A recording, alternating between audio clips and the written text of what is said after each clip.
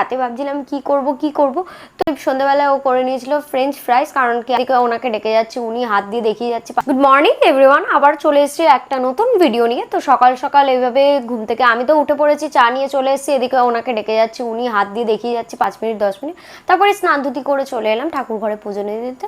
তো পুজো দেওয়া আমার কমপ্লিট হয়ে গেছে, এবার চলে যাবো তুলসী তলায় জল ঢেলে নিয়ে নিচে গিয়ে এদিকে করে নিয়েছিলাম ভাত, ওলকচি সেদ্ধ, ডাল, আলু ভাজা, পাঁপড় ভাজা দিয়ে ভালোভাবে লাঞ্চটা সেরে নেওয়া যাক।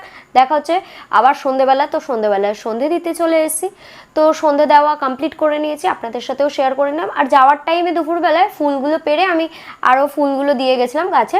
আর এদিকে সন্ধেবেলায় ও করে নিয়েছিল ফ্রেঞ্চ ফ্রাইস, কারণ কি আমাদের শ্রাবণ মাস পড়ে আছে, এটা তো যদিও নিরামিষ, এটা আমরা খেতেই পারি কারণ চাট মশলা দিয়ে খাই।